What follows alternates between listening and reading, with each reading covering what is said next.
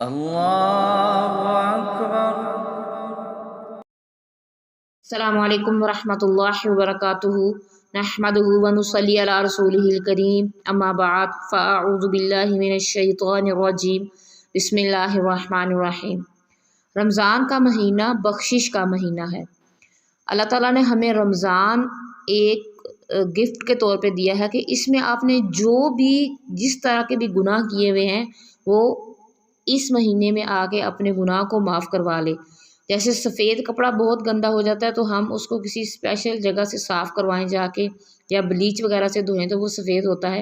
इसी तरह अल्लाह ताला ने हमें रमज़ान का महीना दिया है कि आप इसमें अपने जो गुनाह किए हुए हैं, नामे इमाल भरे हुए हैं, काले हुए हैं, उनको क्या करें, वाइट कर लें।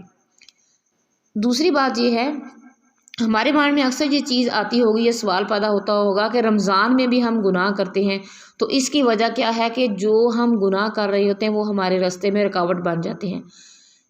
इस तरह जैसे हमने किसी मकान या किसी जगह पे पहुंचना हो लेकिन उस रास्ते में कांटे बहुत ज़्यादा पड़े हों या बहुत ज़्यादा कीचड़ हो, इवन कुछ भी हो, तो हमें उस मंजिल पर पहुंचने के लिए बहुत मुश्किलों का सामना पड़ेगा। एक तो हम वहाँ पहुँच नहीं सकते, लेकिन अगर हम पहुंच भी जाएं तो बहुत ज़्यादा मुश्किलों से पहुंचते हैं। तो सेम हम नेकी को नहीं पहुंच सकते जब तक हमारे गुनाह वो जो है हमारे लिए रुकावट बने हुए हैं, तो हम उस नेकी से भी फ़ायदा नहीं उठा सकते या हम लुत्फ़ नहीं उठा सकते।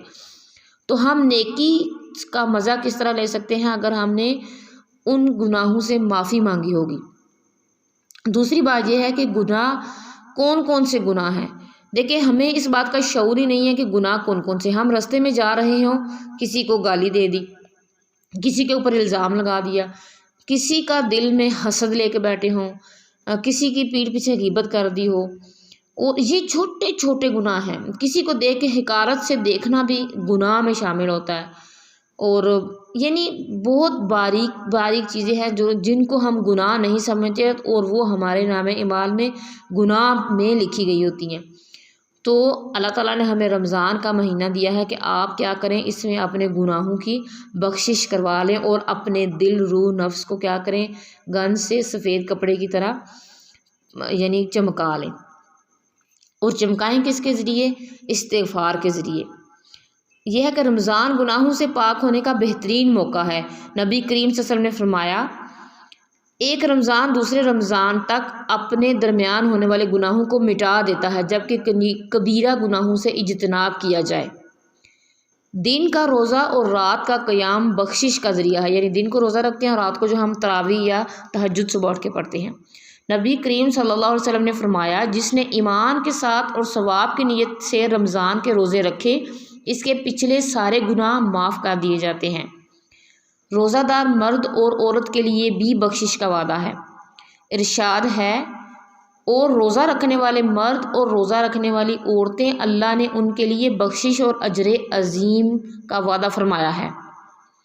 जो शख्स रमज़ान पाए और उसकी मग़फ़िरत ना हो वो बदनसीब है। और ये जो बदनसीब लफ्ज़ है, अगर हम किसी को बोलें तो हमें सुनने में भी बहुत बुरा लगता है। तो ये अल्फाज कौन कह रहे हैं? हमारे नबी करीम सल्लल्लाहु अलैहि वसल्लम। हज़रत जाबर बिन समरा रज़ी अल्लाह अन्हु से रवायत है कि नबी करीम सल्लल्लाहु अलैहि वसल्लम मिंबर पर चढ़े और फरमाया, आमीन आमीन आमीन। आप सल्लल्लाहु अलैहि वसल्लम ने फरमाया, मेरे पास जिब्राईल आए और कहा, ए मोहम्मद सल्लल्लाहु अलैहि वसल्लम, अल्लाह उसे अपनी रहमत से दूर करे जिसने रमज़ान पाया और वो मर गया और उसकी बख्शिश नहीं हुई, हत्ता कि वो जहन्नम में दाखिल कर दिया गया। अल्लाहुम्मा अजिरना मिनन नार। आप कहें आमीन। मैंने कहा आमीन। यानी ये दुआ कौन कर रहे हैं? बदुआ कौन कर रहे हैं? जिब्राईल अलैहिस्सलाम। और आमीन कौन कह रहे हैं? नबी करीम सल्लल्लाहु अलैहि वसल्लम। तो ये दुआ फिर क्या है? कबूल शुदा है।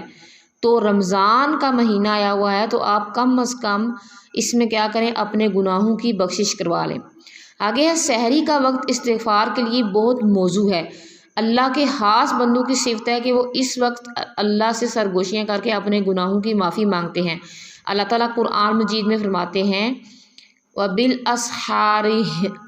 अस्हारी हुम यस्तगफिरून, और वो सहर के वक़्त इस्तिग़फ़ार करते हैं। मुझे इस जो कुरान की या एक और हदीस भी है کہ ایک اور حدیث میں آتے ہیں کہ رسول صلی اللہ علیہ وسلم نے فرمایا اللہ تعالیٰ ہر رات کو آدھی رات یا ایک تہائی رات کے حصے میں آسمان و دنیا پر نزول فرماتے ہیں اور ارشاد فرماتے ہیں کون ہے جو مجھ سے دعا مانگے میں اس کی دعا قبول کروں، کوئی ہے جو مجھ سے سوال کرے میں اسے عطا کروں، کوئی ہے جو مجھ سے استغفار طلب کرے میں اسے بخش دوں یہاں تک کہ طلوع فجر ہو جاتی ہے۔